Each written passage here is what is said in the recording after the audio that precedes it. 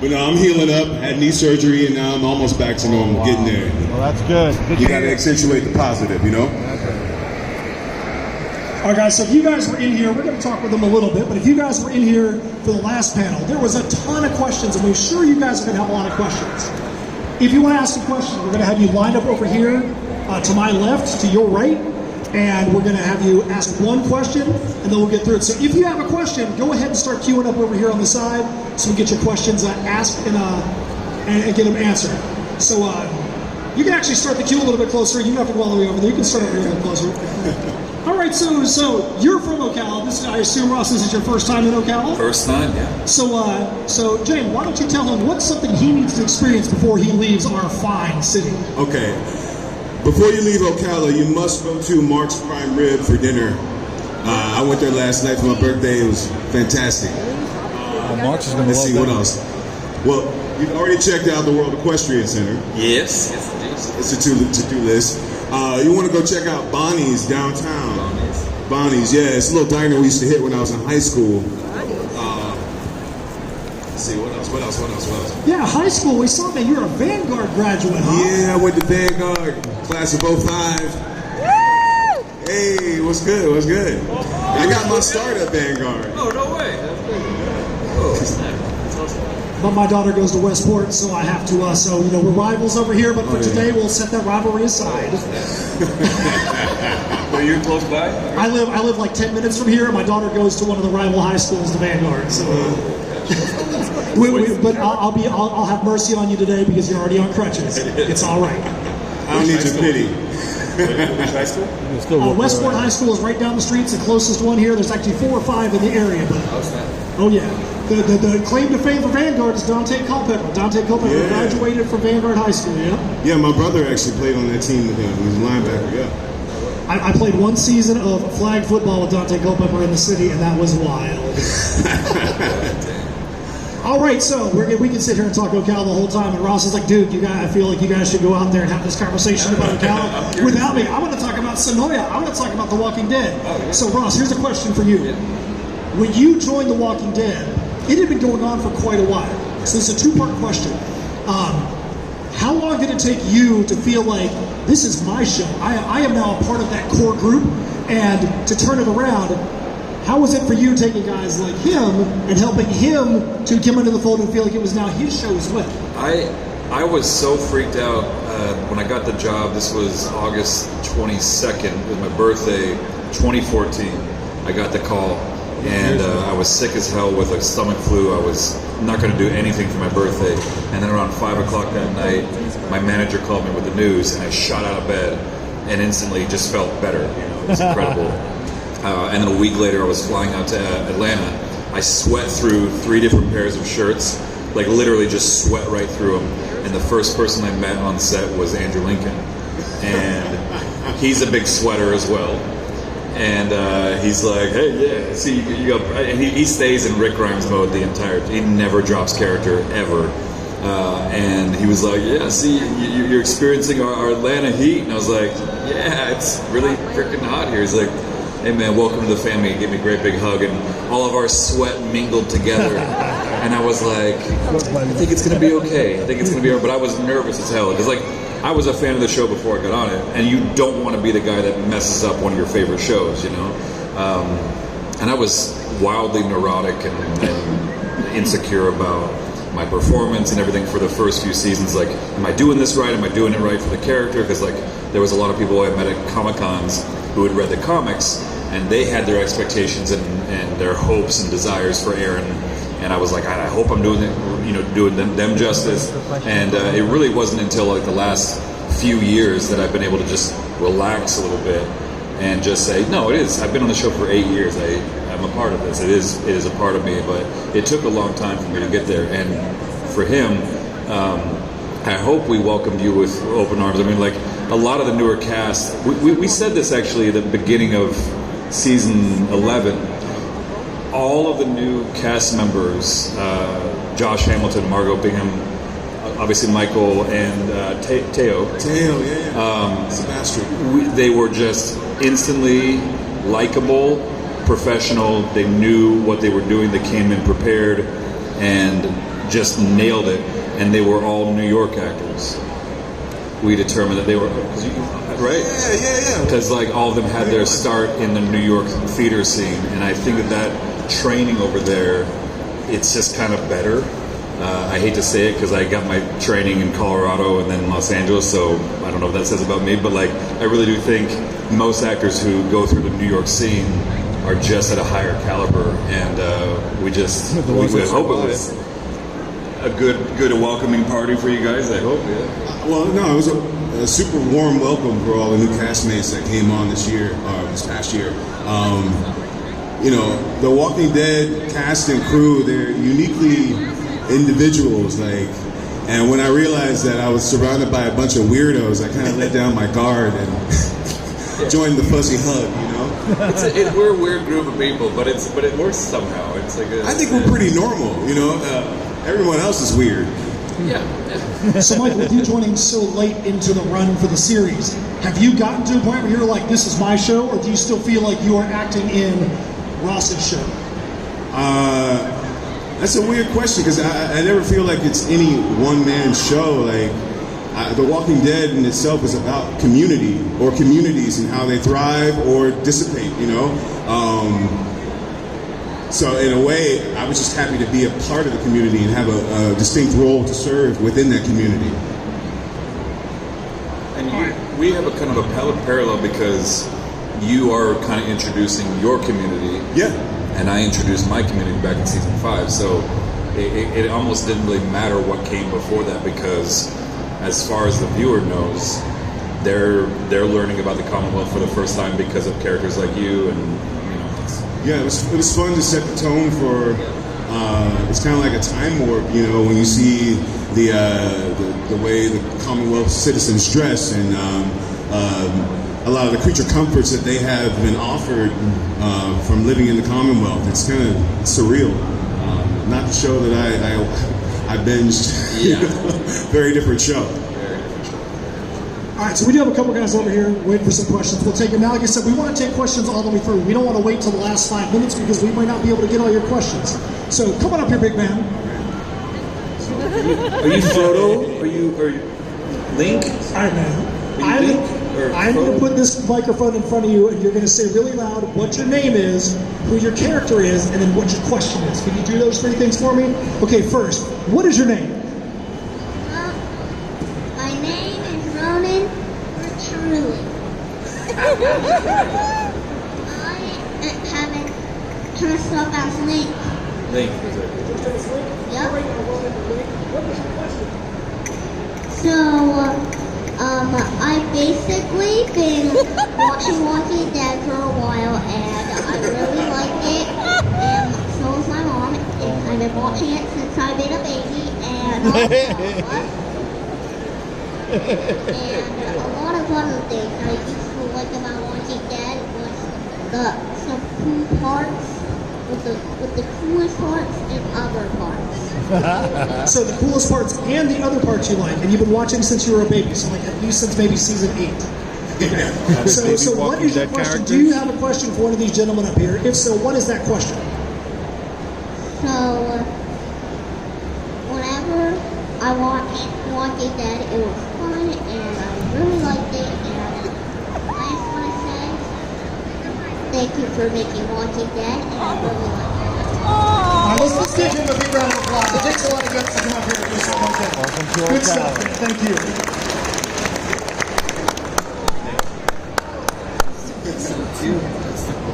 Cutest question I think we've ever got. All right, so you can't follow that, but you do get at least asked the first question. So, what is your name? What character are you dressed up as? And what is your question? My name is Nick. I'm a fangirl. My question is, what's been you guys' favorite scenes in The Walking Dead, like that you guys have actually loved filming? So, what's been the favorite scenes that you guys have been a part of that you got to be in the filming of? There's one that's coming up that I haven't seen that's pretty fun. That's what I was going to say. We had fun doing it, yeah. It's No spoilers, all right. What can we, ones that we can talk about, what can we say? Yeah. I really had a great time going toe to toe with my sister while trying to get a workout in this past season. You know, sometimes you got to deal with family issues, but you still need to get your pump, man. You got to get that pump. That was a fun scene to shoot. And Margot Bingham is a fantastic woman and phenomenal talent. She's my sister in real life, you know. She's fantastic. I think one of the episodes that I'm most excited about is literally the one coming up next. It's the season 11 sea opener, and that's man, I can't wait for you guys to see this stuff. It's just exciting. It's just the last 8 episodes of the show. You know, we're trying to go on a bang, and it's been great. But I think if you're asking for another thing that was fun to shoot, in season 10, the Whisperer battle, when we were all lined up outside a hilltop, just the vibe and the feel of that, it felt like we were in a war movie. You know, it really felt like we were going to battle, and it was just such a surreal thing because, like, you know, they're actually stunt guys covered in real gasoline, getting lit on fire, and we're smelling all this, and there's people sweating, and you know it's cold, but you know everyone's like covered in fake blood or fake tar and all this stuff, and it just felt like we were in something very epic, you know, and we might have something more like that at the end of the year as well. So yeah. Questions. Who is your favorite person to impersonate? Well, it's very hard to say, but recently I've loved doing Donald Trump. Okay, he's a great man. He's the greatest president who ever lived, believe me. Okay, and he loves Florida. He loves Mar-a-Lago. Okay, it's a great place. It's the most beautiful part of Florida, believe me. Okay. Yeah. So that's who I've been doing recently, but.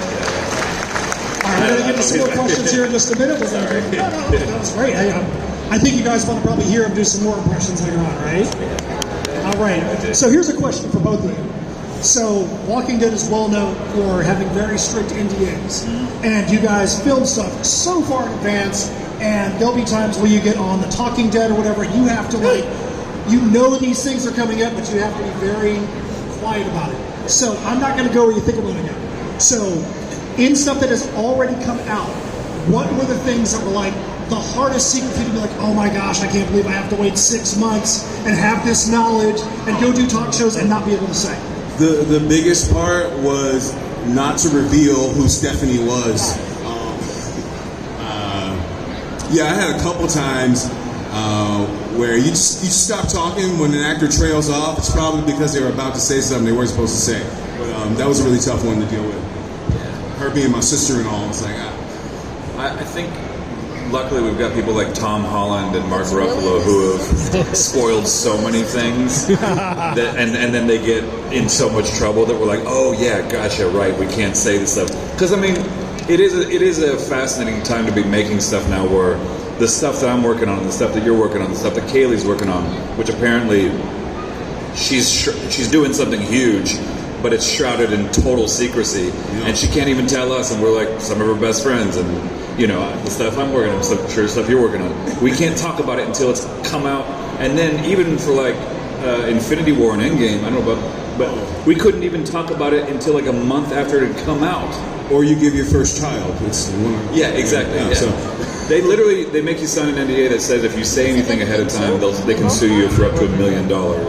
So you're like, cool, I don't have that much money to spare, so yeah, I will keep my mouth shut, you know? So, but on this show, I'd say the thing that was hardest to keep quiet was the lineup, of course. Not saying that Glenn had died or that Abraham had died. Spoiler, sorry, that was like 6 years ago.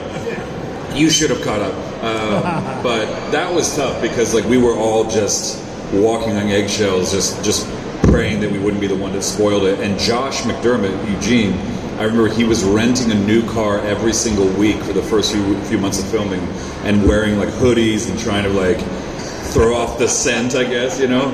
We're like, that's a little overkill, buddy. You probably don't need to do that. But yeah, it was a tough secret to keep. So on that line, who was the most, I don't want to say disappointing, but the toughest cast member lost for you up till this point so far?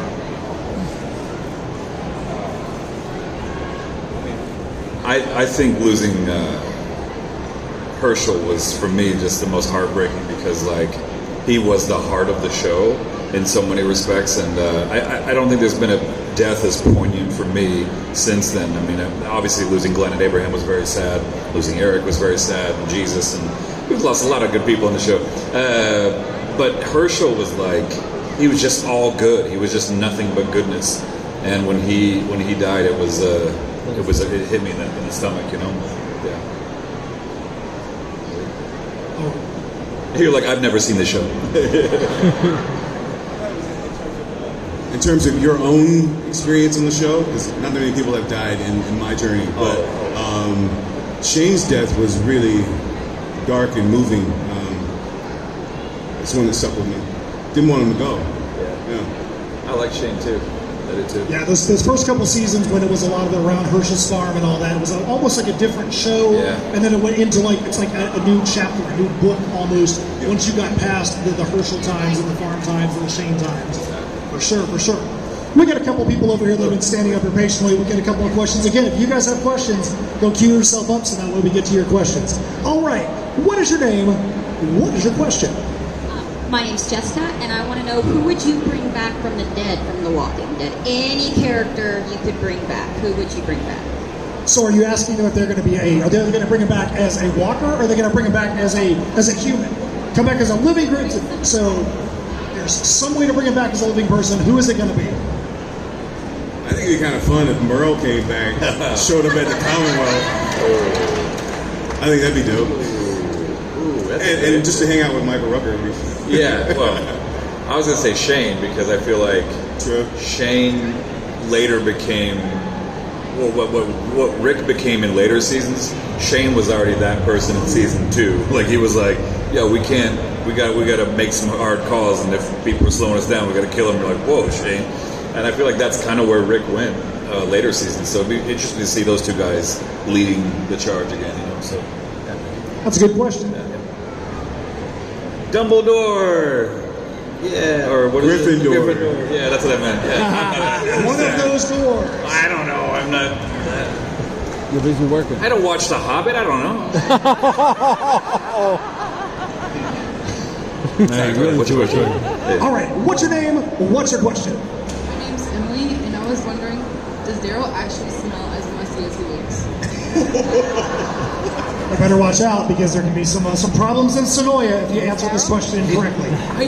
It's so funny the number of people who have asked me what Norman smells like. it's astonishing how many people ask, but he doesn't smell bad. I mean, I've never really. Do you think he smells bad? Like a bed of roses. Yeah, I mean, he doesn't actually smell bad. He really doesn't. Who's the smelliest person on the show? What do you say? Odorous. What do you think? Well, who's the sweaty person in armor? Well, summer months, I take that title. Well, I mean, I think you and I might be the sweatiest people on the show. No, I mean, Andy was arguably the sweatiest. I think that every time the moment he would put on a shirt, it would just be sweat like this, covered in sweat. But I think you and I we're pretty damn sweaty too. So we had a whole team. Like there was a dab team with fans and cooling collars. Like as soon as they yell rap, they come in and like a Formula One kind of racer, just like load me up with fans and cold compresses. Yeah. But he's in like layers of thick like foam too. So imagine non-breathable foam all over your body in the summer months. It's plastic. It's not foam. Foam is forgiving. Plastic. No. So there's literally no perforations. There's no breathing. Okay, wow. Yeah. So I'm from Colorado, so I'm just still after all these years still not used to the humidity of the South. I just don't think I'll ever be that. Yeah. Thank you. All right. So we're going to keep going to these questions, so we don't have to stand there for too long. All right, what is your name? What is the question? My name is Aiden, and it's for both of you. Sorry about your loss, by the way. Everyone always blames me for it, but I'm like, it's not my fault. She killed herself. She said she's a variant, so. Oh, you're a variant. Oh, nice. Oh, okay. Alright, so if you were to play any other character on the show, if you were to play any other character on the show, who would it be? Oh, that's an easy one. I'd love to play Jerry. Oh yeah. Nah, his like apocalypse experience is very different from others. You know, he seems like he's always enjoying finding the positive, and he gets to eat whatever he wants. Lots of blueberry cobbler. Yeah. Yeah. I would love to play Negan. Honestly, I think it'd be a lot of fun because like he's had an amazing journey too, and I think to go from being this psychotic villain and then having a kind of a redemption arc, and then seeing kind of where he was before the world went to shit. Yeah, I think it'd be a lot of fun to play that character. Yeah. Thank you. Thanks. All right, Michael, I got a quick question for you. Who do you think does better voice impressions? Cooper Andrews or Ross Marquand? Don't put me on the spot like that. I'm putting you on the spot like that. I mean, there's two very different styles, like Ross has got to beat, definitely, but I did a panel with Cooper Andrews in Shreveport, Louisiana, and I would say 80% of that panel was him doing voice impressions for just no reason, just for the fun of it. Yeah. So I guess quantity, he definitely gets the win on quantity, but you're saying he gets the quality award, right? Yeah. What's your favorite impression that he's done, besides Donald Trump? I happen to favor his walk-in. His Christopher Walken's pretty good. I think about it all the time. Does anybody want to hear his Christopher Walken impression? Come on, you can make more noise than that. Do you guys want to hear that impression? Yeah. Wow, you guys. Thanks. Means a lot.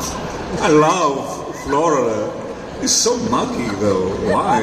I feel sticky. Every time I walk around, it's just very sticky. Yeah. Oh, you're done there. Okay. Yes. More cowbell. That was awesome. All right, next one up. Here we go. All right, what is your name? What is the question? Hello, my name is Eric, and my question is, which of the upcoming Walking Dead spin-offs or sequels can we see you guys in? Oh, I don't know about you, but I'm not in any of them. I would love to be, but I'm currently not. No plans as of now. Same here. I'm not in either of them that are happening, but I'd love to do an episode of Tales. Oh yeah. I think it's pretty exciting what they're working on there.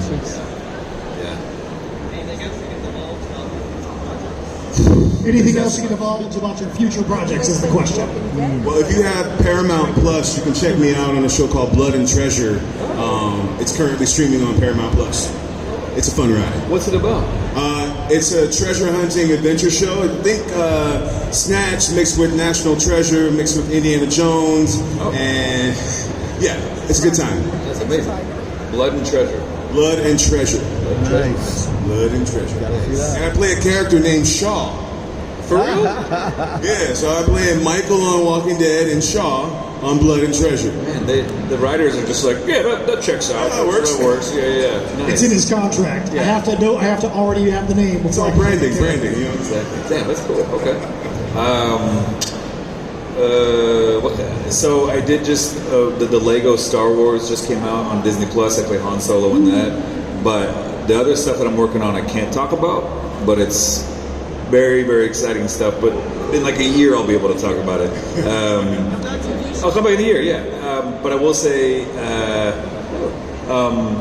the Invincible, we just finished recording season 2 of Invincible. Nice. We're about to start season 3 in a week.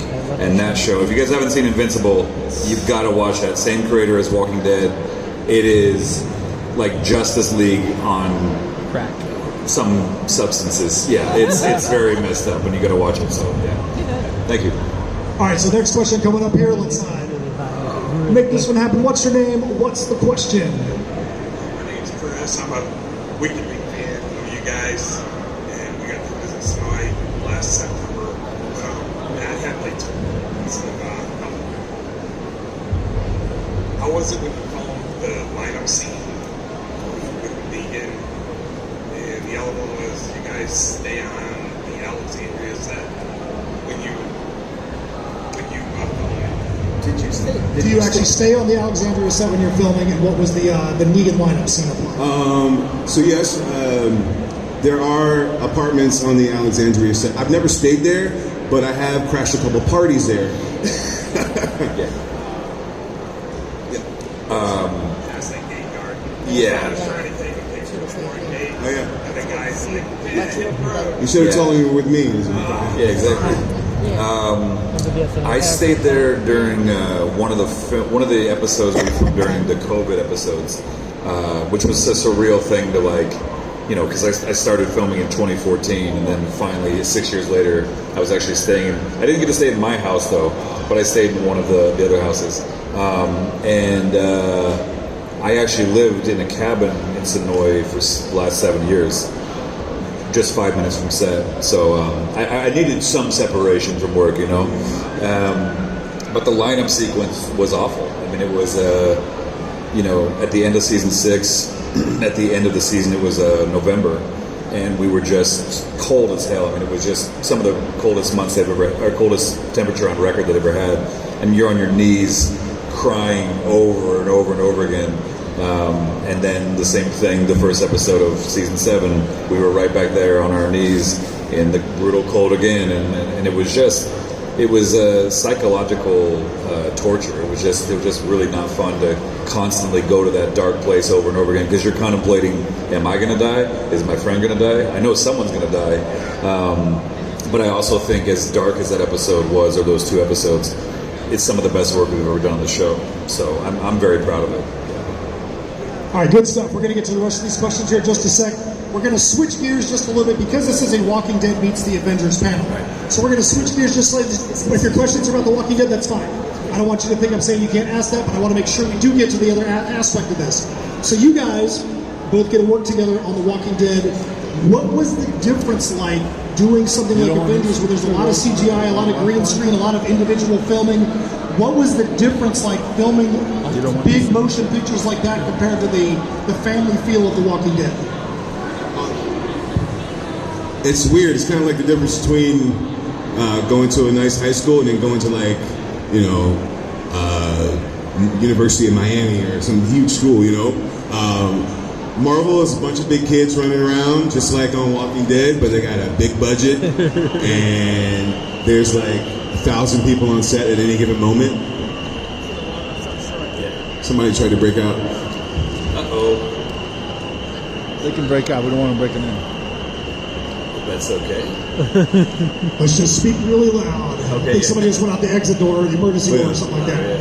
As daunting as it was walking onto a Marvel set, I think the Russo brothers did a really great job making us feel like we were a part of, the creative process, because I was about to shit a brick every day. It's like, first day you show up on set, there's Josh Brolin chilling, in his coffee, Tom Hiddleston's getting in his Loki outfit, and you got Chris Hemsworth doing supersets with his trainer and his stunt double. It was amazing. It was a dream. Yeah, I mean, it's a totally different beast, and it's also much more. The thing that I noticed right away was it was filmed in a facility like this. The ceilings were flat, not like this exactly, but basically it was just a giant soundstage. So basically what you're saying is there was air conditioning as opposed to filming The Walking Dead. Precisely. So that's definitely a positive. Being covered in ticks and no-see-ums and all the little creepy crawlies that we deal with in the forests in Georgia. I love it, but you're dealing with the elements, and over there, I mean, we were both in what they call motion capture suits, so they're basically just glorified pajamas with diodes all over you that capture your movement in space. And they have a 3D mock-up of what you're going to look like, a very rudimentary 3D mock-up on the sides of the walls, so you can see yourself moving while it's happening. It's a really cool experience, and I mean, it was, I don't know about you, but I filmed Infinity War and Endgame in one day, and it was just done, and we were finished, and oh, that's it? Oh, okay. Never had to do reshoots. Had to do some extra dialogue because I wanted to add some extra lines, but arguably the easiest process I've ever had on a film shoot. And I was like, I want to do this more often. I would love to play in this world, because it's like, hey, I mean, look how nice does this feel to be in air conditioning during the summertime? Everybody's like, it feels so nice, and I almost felt like I was cheating, because The Walking Dead is so brutal at times. But that experience was just I felt it was so cushy, It was really nice. Yeah. So could you guys ever even imagine when you went through that mocap, when you got to the final scenes, was there any chance you could even imagine what the final output was on the screen? Did you have any clue it was going to look like that? No. Early on, they show you like renderings of the performances you've done, but it's only like basic CGI. I haven't added the detail and dimension to it. The work that those special effects guys do is tremendous. It's an art form in itself, you know, and it was so much of that film, you know. I remember seeing early takes of Thanos, then putting him into the world, and the amount of work it takes for one shot, it's intense. Because you would do one take with all the actors, even the motion capture actors. You do another take with just the motion capture. You do a take with Elizabeth Olsen and Paul Bettany just on their own, reacting to whatever is happening, and the camera doing the same movement. And then you do a pass with just the camera doing the movement with no one in frame. So it takes a lot of legwork to create each frame of that film. And the work that they did was immense. I'm sure you get this, but people always come up to me and say, what was the makeup process like? You get that question a lot too? It was the shortest time I ever spent in the chair. It was amazing. They made me shave my beard. I'm assuming they made you shave yours too, right? Yeah, and they did a plaster mold of my face and marked out where the dots would be. Yeah. So every time I came in, they put a plastic mold on my face and just dot me out. Yeah. And I was done. And you wear a head camera, you look a halo on your head like this, with a camera that sits right here, so everywhere you go, you can't shake it, it's always going to be there. And then they can map out your face, make your skin red, remove your nose. Yeah, every day you come into work, you do a full scan, and they make you go through all these strange expressions, like, over and over again. Every day you do it. Yeah, it was nuts, but I'd do it again in a heartbeat, that's for sure. Yeah. Should, yeah. All right, we got two more up here for these two questions. We should have a spin-off. I feel like Red Skull and Corvus Glaive together. I think so. You guys want to see that spin-off? You want to watch that? Yeah. Not very enthusiastic. All right, let's come on up here with these last two questions. All right, what is your name? What is the question?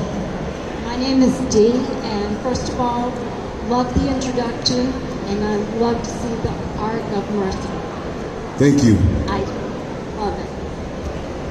When they introduced Gracie, how did you feel about having her as your daughter? Oh, for one, I don't think they really knew that that's the direction they were going to take it first. Scott just wanted me to have something or someone to take care of because I was so lost in that moment after losing Eric that I needed something to ground me. I needed someone to just let me do something because I can't deal with this right now.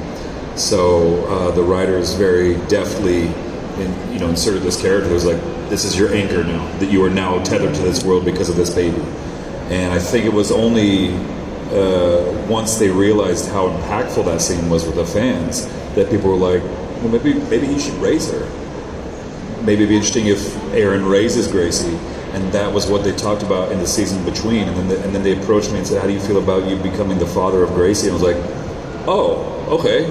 So like, we just murdered her parents, but yeah, cool. I guess we'll take, yeah, sure. Like, and I honestly think that was one of the best character developments for the character in period. Losing the arm, obviously was a big turning point, losing Eric, losing Jesus, but taking on that role as father to Gracie, I think, was the thing that really solidified that character as like, this man is now rooted in this world, in this community. He will do everything in his power to take care of her, and that's I love that they put that in there. That's great. Thank you. Thanks. All right, so this is going to be the last two questions here. So come on up here, my man. So what is your name, and then what is your question? My name is Will, and my question is, as far as Invincible goes for Ross, what roles did you audition for versus what you got? And when you voiced the multiple characters, did they bring you on later, or was that from the initial casting? So that's interesting. I don't even think I auditioned for it. So Robert Kirkman, who created Walking Dead as well, he basically just offered roles to like half of the Walking Dead cast. And he was like, "You're gonna play this guy who kind of looks like you. He's bearded. And you're gonna play that guy." I was like, "Cool."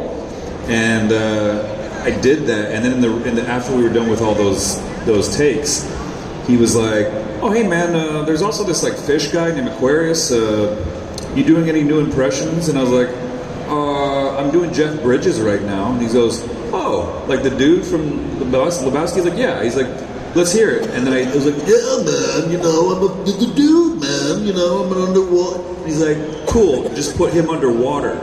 And so that became, "Yeah, man, I'm underwater." And then they were like, "Yeah, that's Aquarius." So it just kind of happened on the fly. So I play like 6 different people, and each time I was just supposed to play Immortal, and then Robert would be like, "Hey, we got another one for you. You want to do this?" I was like, "I feel like you should be paying me more." But okay, I'm happy to do this. But yeah, that's kind of how it happened. So yeah. All right, good question, man. Thanks. All right, last question.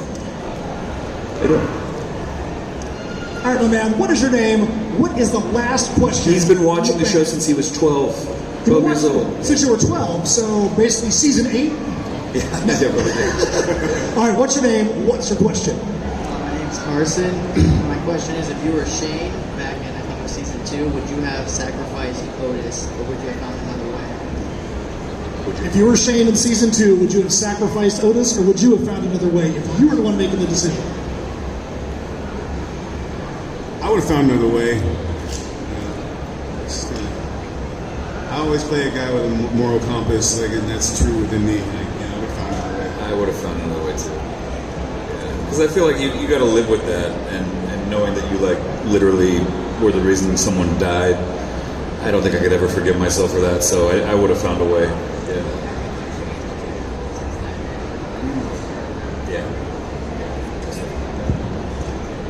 Thanks, James. All right, guys, I know we started this panel late, and we did let it run as long as we could, but we don't want to throw off the panels that are upcoming. Oh, yes. But before we finish this off, both of you guys have got tables in the back, and you also have another QA panel tomorrow. Oh, okay. You do. Just so you know, you do have another one. Okay, cool. So if you guys have questions that you did not get to ask, you can either go back there to their tables, or you can come in and get with Ross tomorrow. So, real quick, what do you guys have back there that's going to excite the fans, that's going to make them want to run, not walk back to your tables? I know you can't run, but what if they want to walk really slowly with a limp? Then back to your table. What do you have back there? I got some really cool sherbet hats and t-shirts, and I got some good vibes going on over there too. Come over and dance with us for a little bit. That's right. Also, if you're on social media, check us out at MJ Shaw Nuff. At my Ross Marquand. That's my name. Yeah. Much love. Yeah. Thank you guys for coming out. All right, let's give a big round of applause. Ross Marquand, Michael James Shaw, Walking Dead meets the Avengers. Thank you guys. Thank you. Let's get a selfie.